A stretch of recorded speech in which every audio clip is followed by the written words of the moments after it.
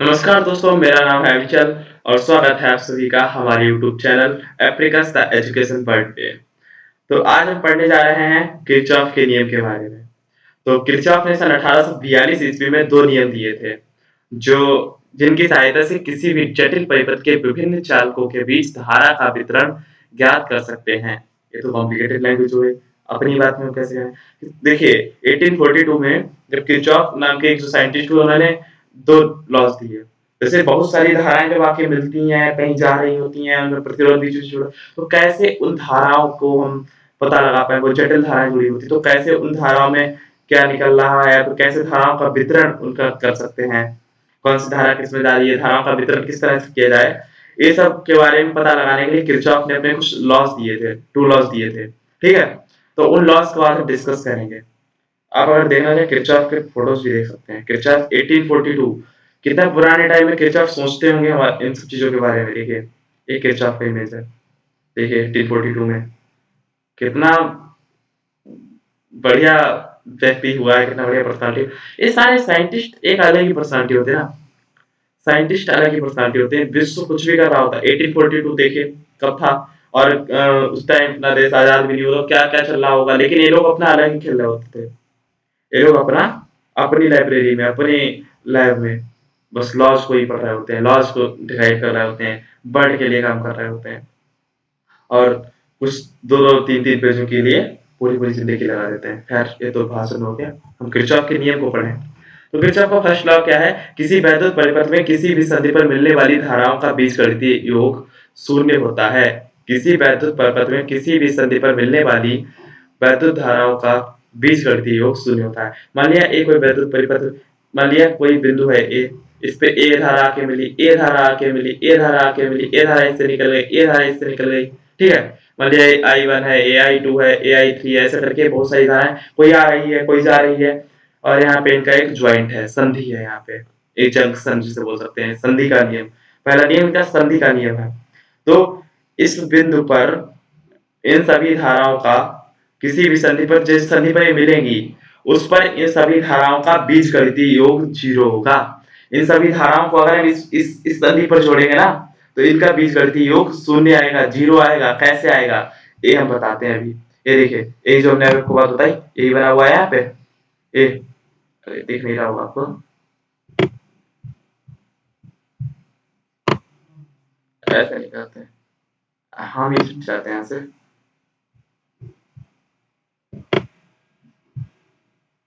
ठीक है? अब देखिए ये जो हम आपको दिखा रहे हैं, ए है, ए इसमें I1 I2 और हाँ I1 I2 आके उस संधि पर मिल रही है, इस जंक्शन पे मिल रही है, लेकिन I5 I3 और I4, I3 I5 ये तीनों जाके यहाँ से निकल रही है संधि पे, लेकिन इन सबका ज्वाइंट तो इस संधि पे है ना, तो इस संधि पर, इस जंक्शन पे इन सभी धाराओं का बीजगणितीय योग 0 होगा। 0 होगा कैसे होगा? देखिए, देखिए जो जो धाराएं इधर आके मिल रही होती हैं उनको प्लस दिया जाता है हमेशा, ठीक है? उनको हमेशा प्लस में दिया जाएगा, और जो जो धाराएं यहाँ से जा रही होती है, संधि से दूर जा रही होती है, उनको हमेशा नेगेटिव में दिया जाता है, ठीक? अब इनको इस तरह से लिखने की कोशिश करते हैं। I1 I2 आके मिल रही है, प्लस में होंगी, ठीक है? तो I1 प्लस I2 एक किनारे पे देखिए, इधर इधर लिखा है I1 प्लस I2, ये सब करके लिखा है ए I1 प्लस I2, सारी धाराओं का बीजगणितीय योग सबको जोड़ना है, तो प्लस प्लस प्लस सब में होगा, लेकिन बीजगणितीय है, बीजगणितीय है, ठीक है? अलजेब्रिकल है, तो यहाँ पे I5 दूर जा रहा है तो I5 को नेगेटिव लिया है, I4 दूर जा रहा है तो I4 को भी नेगेटिव लिया है, I3 को भी नेगेटिव लिया है, तो ये तीनों इन तीनों को नेगेटिव लिया है, ठीक? और I1 I2 को पॉजिटिव लिया है, और फिर इन सबका जोड़ किया है, फिर इन सबका योग किया है, ठीक? तो फिर इन सबका जोड़ किया है, तो कितना आ गया? I1 plus I2 minus I3 minus I4 minus I5 बराबर 0। ए है इनका लॉ, सभी धाराओं का बीजगणितीय योग उस संधि पर 0 होगा। देखिए आगे क्या, हाँ, तो I1 plus I2 is equal to I3 plus I4 plus I5, ठीक है?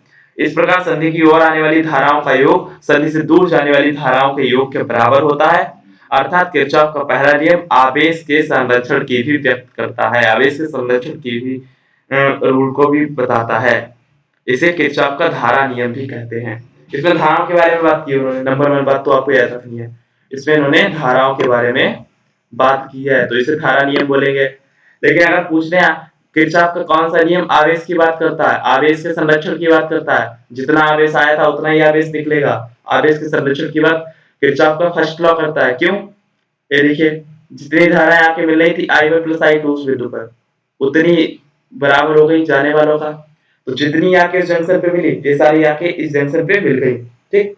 अब फिर इस जंक्शन से सारी जाएंगी दूर दूर, तो जितना आवेश आया उतना ही तो जाएगा, ठीक है। तो जितना आवेश आया उतना ही जाएगा, यानी कि आवेश संरक्षित रहा। तो आवेश के संरक्षण को भी ये नियम व्यक्त करता है। और इसमें धाराओं की बात हो रही है कि धाराएं की संधि पे आके मिलेंगी, फिर धाराएं जुड़ जाएंगी, तो इसे धारा नियम भी कहते हैं। तो किरचॉफ का फर्स्ट लॉ, संधि का नियम, धारा का नियम और आवेश संरक्षण का नियम, ये सारी चीजों को मिला के एक नियम हो गया। तो आवेश इनका किरचॉफ का फर्स्ट लॉ याद रखना है कि किसी भी संधि पर मिलने वाली सभी धाराओं का बीजगणितीय योग शून्य होता है, ये याद रखना है, ठीक। ये देखिए फिर से एक बार चाहे देख लीजिए, किसी भी परिपथ में, एक बार हम इरेजर यूज कर लेते हैं। हाँ, किसी वैद्युत परिपथ में किसी भी संधि पर मिलने वाली धाराओं का बीजगणितीय योग शून्य होता है। ये देखिए ऐसे लिख लिया है, ठीक है। तो फर्स्ट लॉ बिल्कुल क्लियर होना चाहिए। किरचॉफ के नियम ना बहुत ही इंपॉर्टेंट है। हमने जो आपको बताया आप सुनिए, फिर आप खुद लिखने का प्रयत्न करिए। आप इन नोट्स को या इन नोट्स के स्क्रीनशॉट लेके कोई फायदा नहीं मिलेगा, नोट्स रखने से कुछ होता नहीं है। आपको इन्हीं को पढ़ना पड़ेगा, इन्हीं को याद करना नहीं पड़ेगा। इन्हीं को पढ़ेंगे फिर अपनी बात में लिखेंगे, लिख के कोशिश करिए याद करने की। याद करना ही नहीं पड़ेगा, लिखना है। लिखेंगे तो आप खुद ही आपको माइंड में जाएगा, फिर आप लिखेंगे, रिकॉल करेंगे, लिखेंगे, तो सारे नियम आपको क्लियर हो जाएंगे। सेकंड लॉ थोड़ा सा डिफिकल्ट रहेगा, लेकिन डिफिकल्ट कुछ नहीं होता साइंस में, ठीक है। मैं आपको छोटा कर देते हैं जो है नीरो ये पे। हाँ, ठीक है। तो किसी परिपथ में प्रत्येक बंधपाश के विभिन्न खंडों में बहने वाली धाराओं का तथा संगत प्रतिरोधों के गुणनफलों का बीजगणितीय योग उस पास में लगने वाले वैद्युत वाहक बलों के बीजगणितीय योग के बराबर होगा। ऐसा होता है, हिंदी थोड़ी पढ़ने में कठिन रहती है, समझ में पहली बार में नहीं आती, इंग्लिश थोड़ा आसानी समझ में आती है। किसी परिपथ में प्रत्येक बंद पास में विभिन्न खंडों में बहने वाली धाराओं तथा संगत प्रतिरोधों, धारा का क्या आई तथा संगत प्रतिरोध उसके साथ जो प्रतिरोध हो, संगत प्रतिरोध यानी आर, इनका इनका गुणनफल, बीच में इंटू लग गया, इनका गुणनफल सभी का, ये लगाना है हमें, सभी का किसके बराबर होगा? उस पास में, पास यानी कि ये पास इसे बोलते हैं, इसे पास बोलते हैं। एक ये जो गोला टाइप का राउंड बन गया है ना, ये राउंड, इसे पास बोलेंगे, ठीक है, इसे पास बोलेंगे। किसके बराबर होता है? उस पास में लगने वाले वैद्युत वाहक बलों के बीजगणितीय योग के बराबर होता है। अब इस पास में जितने वैद्युत वाहक बल लग रहे हैं, यानी ईएमएफ फोर्सेस लग रहे हैं, जो सेल है, सेल जितने इस पास में जुड़े हुए होंगे, उन सेल से जितना ईएमएफ मिल रहा है, फिर से जितना वैद्युत वाहक बल मिल रहा है, उन सभी सेलों के वैद्युत वाहक बल के बीजगणितीय योग के, ए ऐसे करके ए हो गया, ठीक है, ए हो गया कि सभी धाराओं के और प्रतिरोधों के गुणनफल के बीजगणितीय योग बराबर होगा बीज सभी इस तरह है। समझ रहे हैं आप? ठीक है, ये बिल्कुल क्लियर होनी चाहिए चीज। हाँ, अब हम एक पास से बात समझ लेते हैं कैसे आया ये बात, कि किसी परिपथ में प्रत्येक बंधपाश में विभिन्न खंडों में बहने वाली धाराओं तथा संगत प्रतिरोधों का गुणनफलों का बीजगणितीय योग, सभी का गुणनफल कर लेंगे, फिर उनका बीजगणितीय योग तथा उस पास में लगने वाले वैद्युत वाहक बलों के बीजगणितीय योग के बराबर होगा, ठीक। दूसरी चीज वैद्युत वाहक बल है, इधर प्रतिरोध और धाराएं हैं, ठीक है। अब हम अपने आपको बड़ा करके ऊपर रख सकते हैं। अब हम आपको नीचे करके दिखाएंगे कैसे ये बात आई। समझ गया? अब हम आपको एक बार फिर से बता दें, उस पास में लगने वाली धाराएं, ठीक है, धाराएं, उनके संगत प्रतिरोध, इन दोनों का गुणनफल आई और आर का गुणनफल, जितने भी आई आर है सबका गुणनफलों का आई आर सबको कर लिया हमने, सभी गुणनफल कर लिया, फिर सभी का बीजगणितीय योग कर लिया, पहला आई आर, दूसरा आई आर, तीसरा आई आर, सभी का बीजगणितीय योग, और उसमें जितने भी सेल लगे हैं उन सभी के विद्युत वाहक बलों का बीजगणितीय योग, पहला E1 प्लस दूसरा E2 प्लस तीसरा E2, इन सभी का बीजगणितीय योग, ठीक है, इसके बराबर होगा। ये दोनों आपस में बराबर होंगे। तो इसी पहले हमने ये दो पास दिखाया है किसमें, ए के पास है, एक ए पास है। पास मतलब एक बंद सा, एक राउंड सा फिगर, ठीक है। हाँ, पहले पास में देखिए अब क्या है, पहले पास में अब देखने की कोशिश करिए। E1 पहला सेल लगा हुआ है, E2 दूसरा सेल लगा हुआ है, दो सेल है। देखिए दोनों की दिशाएं विपरीत है। दिशाओं का भी पूरा ध्यान रखना है हमें इस लॉ में, ठीक है। दिशाओं का ध्यान नहीं रखेंगे गड़बड़ हो जाएगा। तो दिशाओं का आप ध्यान रखेंगे। E1 इस दिशा में है, E1 आप आपकी दिशा से नहीं बता सकते। E1 एक दिशा में है तो E2 दूसरी दिशा में। देखिए अब सभी का करेंगे हम। बंद पास एक के लिए जो I1 धारा बह रही है, I1 धारा E1 विद्युत भागबल से I1 धारा निकल रही है।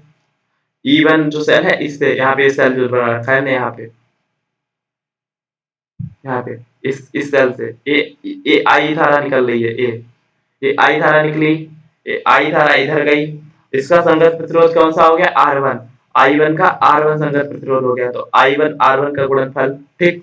फिर दूसरा कौन सा धारा है इसमें, ये I2 एक धारा इससे निकल रही है, ये इधर जा रही है, I2 सॉरी, हाँ ये I2 इधर गई, ठीक है। ये I2 इधर गई, तो I2 का संगत प्रतिरोध क्या है, R2 है, ठीक। तो I2 R2 हो गया। लेकिन इस पास में विपरीत दिशा में है, इस पास की दिशा तो हम इस तरफ ले रहे हैं। ये देखिए ये बीच में क्या दिखाया गया है, अब देखिए बीच में, ये बीच में क्या दिखाया है, दिशा दिखाई गई ये ऐसे ऐसे है दिशा। लेकिन E2 इस चीज का पालन नहीं कर रहा है ना, E2 इस चीज का पालन नहीं कर रहा है। तो E2 को हम हमेशा निगेटिव लेंगे और इसकी धाराओं को भी निगेटिव लेंगे, ठीक है। तो I1 R1 हो गया, I2 R2 में I2 R2 को हम निगेटिव लिया है तो माइनस I2 R2 हो गया। फिर E1 को पॉजिटिव लेंगे, लेकिन E2 विपरीत दिशा में है ना, तो E2 को निगेटिव लेंगे, तो I1 R1 minus I2 R2 is equal to, ये देखो किनारे पे लिखा है, I2 R2 is equal to E1 minus E2, ये आ जाएगा पहले पास के लिए। ये पहले पास के लिए। अब दूसरे पास पे आते हैं, इस पे आते हैं, ठीक, इस पे आते हैं। इसमें क्या है, इसमें अब हमें एक ही सेल दिख रहा है, E2 वाला सेल दिख रहा है हमें। इस पास में हम इस पास में दिशा ऐसे ली हमने फिर से, ठीक है। इस पास में दिशा ऐसे ली है, तो E2 से ये तो I2 और E2, जो पहला I2 दिख रहा है उसके संगत प्रतिरोध R दिख रहा है, ये तो दिशा का फॉलो कर रहे हैं। इसमें तो इसकी दिशा को फॉलो कर रहे हैं, ऊपर वाले पास के लिए नहीं कर रहे थे ना। इसमें तो फॉलो कर रहे हैं, तो इसमें प्लस लेंगे I2 को और इसके संगत प्रतिरोध R2 को, तो I2 R2 के गुणनफल को प्लस दिया, ठीक है। अब ये इधर से एक धारा आई थी I1, इधर देखिए ये इधर I1 धारा आई थी, इधर I2 धारा आई थी, ठीक। ये इस पॉइंट पे आके यहाँ पे दोनों I1 I2 मिल गई, तो यहाँ पे जो धारा आएगी वो I1 प्लस I2 होगी। यहाँ पे जो धारा आएगी वो I1 प्लस I2 होगी। ये बात समझ में आ रही है, समझ में आ रही है बात।